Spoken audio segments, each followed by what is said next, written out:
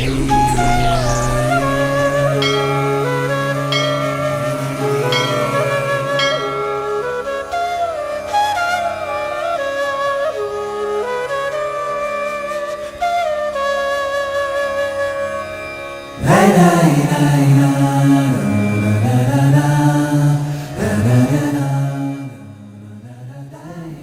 ಶ್ರೀ ರಾಘವೇಂದ್ರಾಯ ನಮಃ.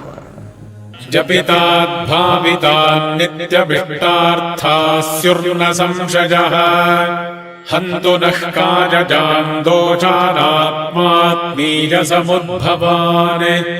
ಶ್ರೀ ರಾಘವೇಂದ್ರರು ಜಾತಿ ಮತ ಪಂಥಗಳೆಂಬ ಭೇದ ತೋರದೆ ಎಲ್ಲರಲ್ಲಿಯೂ ಕರುಣೆ ತೋರಿ ಅನುಗ್ರಹ ಮಾಡಿದರು. ನೊಂದವರ ದೀನ ದಲಿತರ ನೋವು ನಿವಾರಿಸಲು, ಬಾಳಿನಲ್ಲಿ ನಿರಾಶೆಗೊಂಡವರಲ್ಲಿ ಸ್ಫೂರ್ತಿ ತುಂಬಲು ಅನೇಕ ಮಹಿಮೆಗಳನ್ನೇ ತೋರಿಸಿದರು.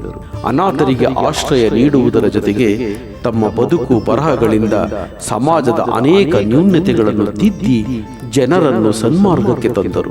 ಅವರು ಮಹಿಮಾವಂತರು. ಇವರಿಗೆ ಅಸಾಧ್ಯವಾದುದು ಯಾವುದೂ ಇಲ್ಲ.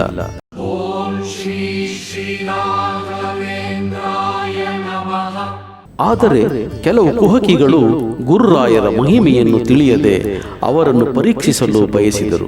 ಆ ಬುದ್ಧಿಹೀನರು ಒಬ್ಬ ಬಾಲಕನನ್ನು ಸತ್ತವನಂತೆ ಮಲಗಿಸಿ ಅವನನ್ನು ಬದುಕಿಸುವಂತೆ ಶ್ರೀಗಳವರನ್ನು ಕೋರಿಕೊಂಡರು. ಸ್ವಾಮಿಗಳು ಎಷ್ಟಾದರೂ ಅಪರೋಕ್ಷ ಜ್ಞಾನಿಗಳಲ್ಲವೇ? ಅವರಿಗೆ ಈ ಮಂದಮತಿಗಳ ಅಲ್ಪ ಬುದ್ಧಿಯು ತಿಳಿದು ಹೋಯಿತು.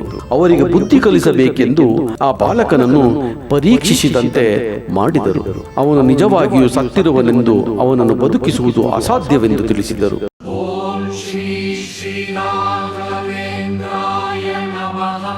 ಅದರಂತೆ ಆ ದುಷ್ಟರು ಬಾಲಕನ ದೇಹವನ್ನು ಪರೀಕ್ಷಿಸಲು ಅವನು ನಿಜವಾಗಿಯೂ ಮರಣಿಸಿದ್ದನು. ಆ ನೀಚರು ಬಾಲಕನನ್ನು ಬದುಕಿಸಿ ತಮ್ಮನ್ನು ಉದ್ಧಾರ ಮಾಡಬೇಕೆಂದು ಪರಿಪರಿಯಾಗಿ ಅಂಗಲಾಚಿ ಬೇಡಿಕೊಂಡರು.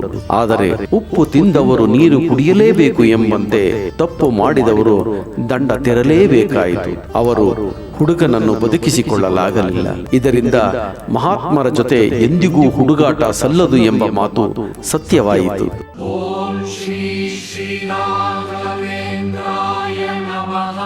ಶ್ರೀಗಳವರು ತಮ್ಮ ಭಕ್ತರ ಬಗ್ಗೆ ಅಪಾರ ಕರುಣೆಯುಳ್ಳವರು. ತಮ್ಮ ಸಂಚಾರ ಮುಂದುವರಿಸುತ್ತಾ ಅವರು ಒಂದು ಗ್ರಾಮಕ್ಕೆ ಬಂದರು. ಅಲ್ಲಿ ಅವರ ಭಕ್ತನೊಬ್ಬನ ಮನೆಯಲ್ಲಿ ಮಂಗಳ ಕಾರ್ಯ ನಡೆದಿತ್ತು. ಅವರ ಮಗನಿಗೆ ಅಂದೇ ವಿವಾಹವಾಗಿತ್ತು.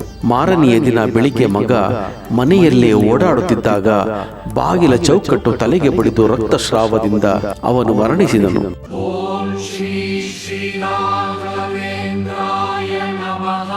ಅವನ ಪತ್ನಿ ಗೋಳಾಡುತ್ತಾ ತಮ್ಮ ಗ್ರಾಮಕ್ಕೆ ಬಂದಿದ್ದ ಶ್ರೀ ಗುರುಗಳನ್ನು ಕಂಡು ತನ್ನ ಮಾಂಗಲ್ಯ ಭಾಗ್ಯ ಉಳಿಸಿಕೊಡುವಂತೆ ಅವರ ಪಾದಗಳಿಗೆ ನಮಸ್ಕರಿಸಿದಳು. ಶ್ರೀಗಳು ಆಕೆಯ ಭಕ್ತಿಗೆ ಮೆಚ್ಚಿ ಆಕೆಯ ಪತಿಯನ್ನು ಬದುಕಿಸಿಕೊಟ್ಟರು ಹಾಗೂ ಆ ದಂಪತಿಗಳನ್ನು ಆಶೀರ್ವದಿಸಿ ಬೀಳ್ಕೊಟ್ಟರು.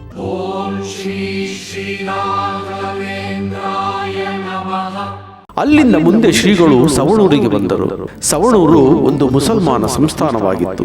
ಅಲ್ಲಿನ ಸುಲ್ತಾನ ಭಗವದ್ಭಕ್ತ.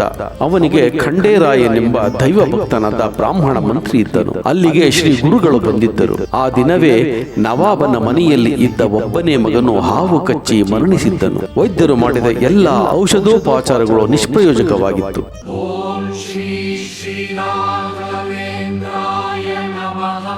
ಶ್ರೀ ಗುರುಗಳ ಮಹಿಮೆಯನ್ನು ಅರಿತಿದ್ದ ಖಂಡೇರಾಯನು ಬಂದು ಸ್ವಾಮಿಗಳಿಗೆ ನಮಸ್ಕರಿಸಿ ನವಾಬನ ಮಗನನ್ನು ಬದುಕಿಸಿಕೊಡುವಂತೆ ಪ್ರಾರ್ಥಿಸಿದರು.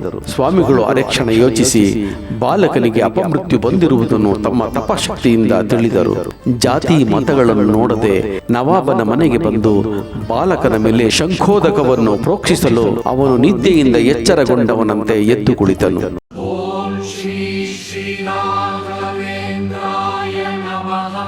ಮುಂದೆ ಅವನ ಶರೀರದಲ್ಲಿ ವ್ಯಾಪಿಸಿದ್ದ ವಿಷದ ಬಾಧೆಯು ಮಾಯವಾಗಿ ಅವನು ಕೆಲವೇ ದಿನಗಳಲ್ಲಿ ಮುಂಚಿನಂತೆ ಆರೋಗ್ಯವಂತನಾದನು. ಈ ಅಸಾಧಾರಣ ಮಹಿಮೆಯನ್ನು ನೋಡಿದ ನವಾಬನು ಶ್ರೀ ಗುರುಗಳನ್ನು ತನ್ನ ಪಾಲಿನ ದೇವರೆಂದು ತಿಳಿದು ಅವರನ್ನು ಸತ್ಕರಿಸಿದನು ಹಾಗೂ ಅನೇಕ ಕಾಣಿಕೆಗಳ ಸಹಿತ ಕೃಷ್ಣಾಪುರವೆಂಬ ಗ್ರಾಮವನ್ನು ಜಹಗೀರಾಗಿ ಅರ್ಪಿಸಿದನು.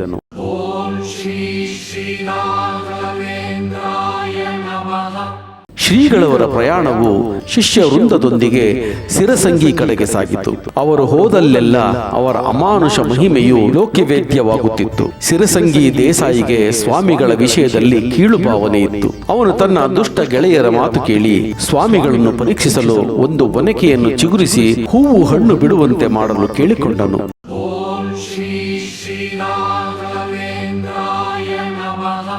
ಅಸಾಮಾನ್ಯ ಮಹಿಮೆಯುಳ್ಳ ಶ್ರೀ ರಾಘವೇಂದ್ರರಿಗೆ ಇದು ಒಂದು ಸಾಮಾನ್ಯ ವಿಷಯ. ಅವರು ಒನಕೆಯನ್ನು ಭೂಮಿಯಲ್ಲಿ ನಡೆಸಿ ಅದಕ್ಕೆ ತೀರ್ಥವನ್ನು ಪ್ರೋಕ್ಷಿಸಲು ಎಲ್ಲರೂ ನೋಡುತ್ತಿದ್ದಂತೆ ಚಿಗುರಿ ಹೂವು ಹಣ್ಣು ಬಿಟ್ಟಿತು. ಇದನ್ನು ನೋಡಿದ ದೇಸಾಯಿಗೆ ಪಶ್ಚಾತ್ತಾಪವಾಗಿ ಸ್ವಾಮಿಗಳ ಕ್ಷಮೆ ಯಾಚಿಸಿದನು. ಗುರುಗಳು ಅವನನ್ನು ಕ್ಷಮಿಸಿ ಅವನಿಗೆ ಬುದ್ಧಿವಾದ ಹೇಳಿ ಅಲ್ಲಿಂದ ಮುಂದೆ ಪ್ರಯಾಣ ಬೆಳೆಸಿದರು.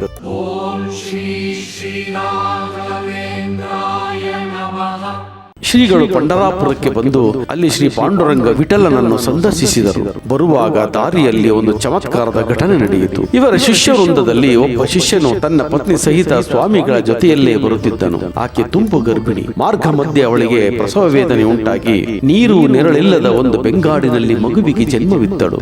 ಇದನ್ನು ತಿಳಿದ ಶ್ರೀ ಗುರುಗಳು ತಮ್ಮ ಕಾವ್ಯ ವಸ್ತ್ರವನ್ನು ಆ ತಾಯಿ ಮಗುವಿಗೆ ನೆರಳಾಗಿ ನಿಲ್ಲಿಸಿ ಭಾಗೀರಥಿ ದೇವಿಯನ್ನು ಸ್ತುತಿಸಿ ನೆಲದಿಂದ ಗಂಗೆಯನ್ನು ಚಿಮ್ಮಿಸಿ ಅವಳಿಗೆ ನೀರನ್ನು ಒದಗಿಸಿದರು.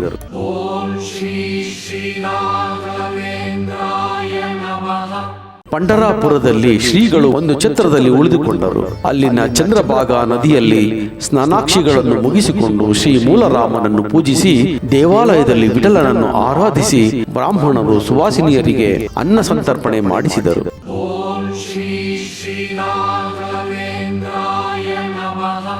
ಆಗ ಅವರೊಡನೆ ವಾದ ಮಾಡಲು ಶೇಷ ಮಹಾರಾಜ ಎಂಬ ಭಕ್ತರು ಬಂದಿದ್ದರು. ಶ್ರೀಗಳು ಅವರೊಡನೆ ಚರ್ಚಿಸಿ ಅದ್ವೈತ ಮತವನ್ನು ಖಂಡಿಸಿ ದ್ವೈತ ಸಿದ್ಧಾಂತದ ಪ್ರಮೇಯಗಳನ್ನು ಸಾಕ್ಷಿ ಸಹಿತ ಅವರಿಗೆ ಮನದಟ್ಟು ಮಾಡಿಕೊಟ್ಟರು. ಅವರನ್ನು ತಮ್ಮ ಶಿಷ್ಯರನ್ನಾಗಿ ಮಾಡಿಕೊಟ್ಟರು.